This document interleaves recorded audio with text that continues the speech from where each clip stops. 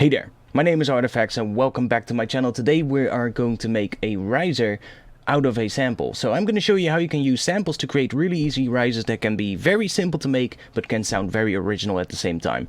Let's get to it.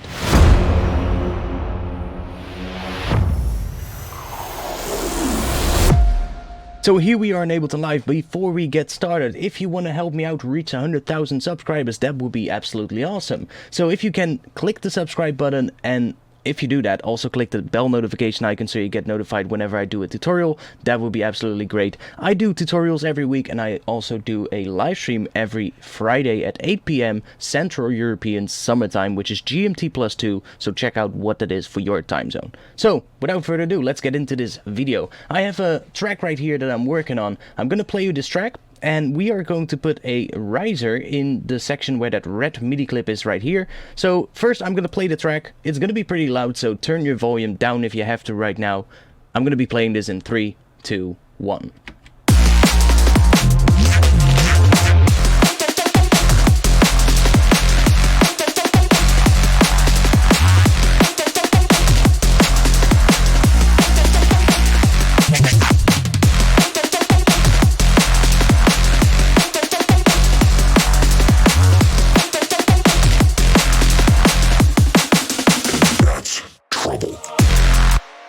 So, let's get started. This is actually a pretty quick video because this is actually a pretty simple thing to do. First thing I'm gonna do is, I have a MIDI track right here with a MIDI clip set up. In that MIDI clip I have one long F2 note, and I also set up a little bit of a pitch bend on that F2 note so we can actually turn it into a riser. So the first thing I'm going to do is I'm going to drag a sampler device into this MIDI track, and then after we've done that we need to go to the MIDI tab and we need to set up the pitch bend range. Now you could go and do 12 semitones, which is a full octave, but I feel adventurous. Let's do 24, so that's 2 full octaves. Now I need to drag a sample into this sampler and find something that we could use. So I would usually go for something that I know the pitch of. So let's go into my sample packs and let's just find a sample. That sounds like an interesting sample.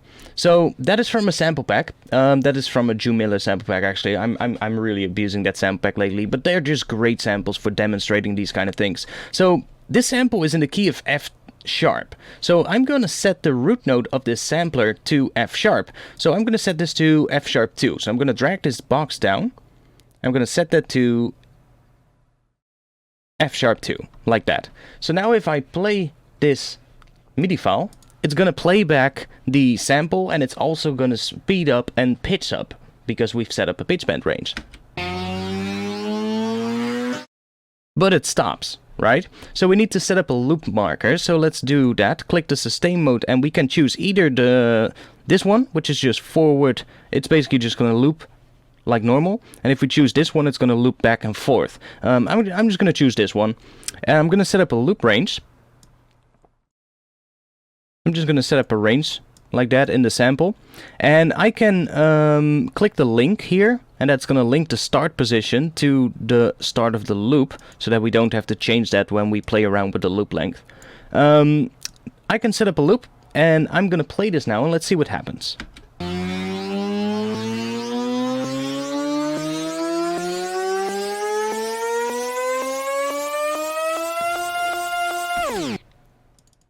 That sounds kind of interesting already. I'm gonna make the loop a bit smaller though, and I'm also gonna enable the crossfade. This is gonna fade the ends of the loop into the starts of the loop so that we don't get any clicks, and it's also gonna sound a little bit smoother, so it's gonna loop a bit smoother as well. Now I'm gonna go into the MIDI tab, I think. Yeah, MIDI tab, and I'm gonna go into here where it says mod wheel. I'm gonna go and choose loop length after the mod wheel, and I'm going to drag the amount all the way up to 100. And now when I go into the MIDI clip and I go into my my automation here, if I select one modulation, that is the mod wheel, I can basically use this now to speed up the loop. So I'm going to create a little bit of an automation here. And now when I play this back, it's going to speed this loop up. So it's actually gonna shorten the length of this loop. So let's just look at that. You can see the playback marker moving back and forth, and you will see that it doesn't reach the end of the loop at a certain point anymore.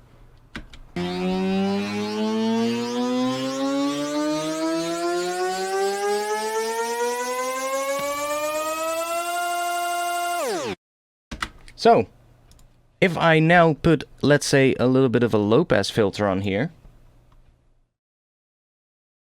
because I might want to filter this in over time, and let's do a little bit of volume automation on it as well, so that it doesn't start at its full volume, but it's a little bit quieter at the start.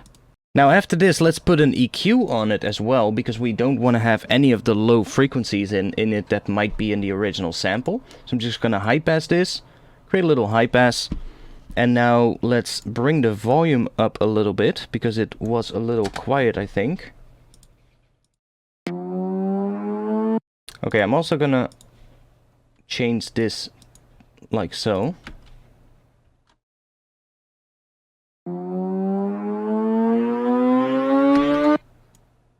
Let's make that volume automation a little bit, go down a little bit more.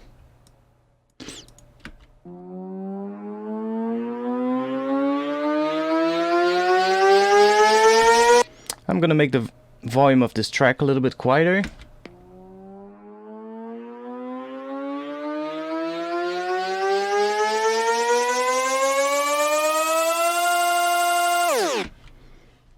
Cool. So now I'm going to group this into an instrument rack, but only the sampler. I'm going to leave the other ones outside of the instrument rack. I'm going to duplicate this because I want to put another layer in this, because it's okay right now, but it's even more interesting when we add another layer. So let's go in here and let's find a different sound, maybe. So maybe a drone or something.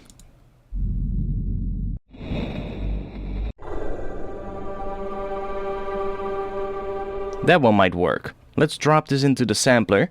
This is in the key of G, so I'm gonna set this to G2. And let's play this back in solo. Let's listen to it.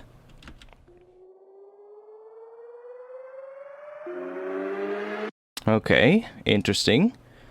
That might be an interesting thing to use. I'm gonna take off the loop length here.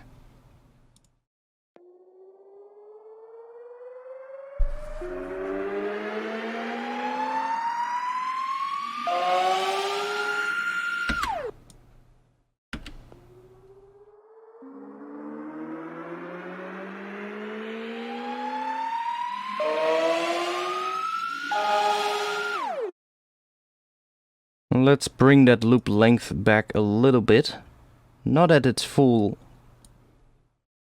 amount, but just a little bit. And I'm also gonna, well, I might change the crossfade length because it's quite long.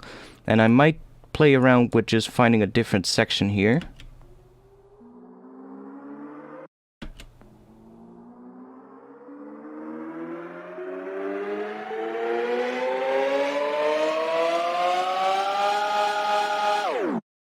That sounds kind of interesting. So let's play this back with the original sample. Let's see what that sounds like together.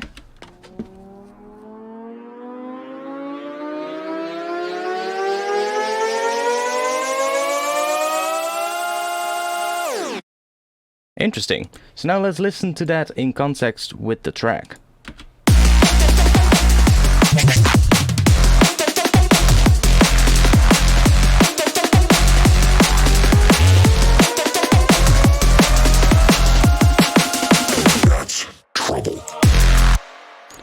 So there you have it. That's a pretty interesting riser. Now I have another example. This is one that I made on one of my live streams. Very similar thing.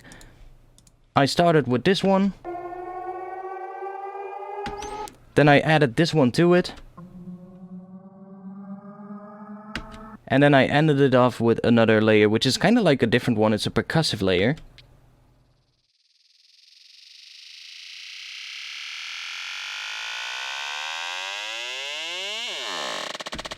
I'm doing the same thing with the loop length there. So these together sound like this.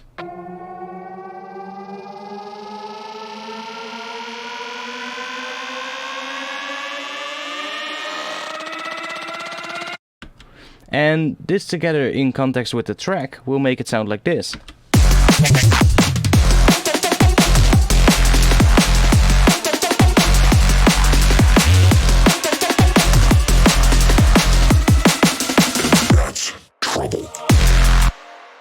So there you have it.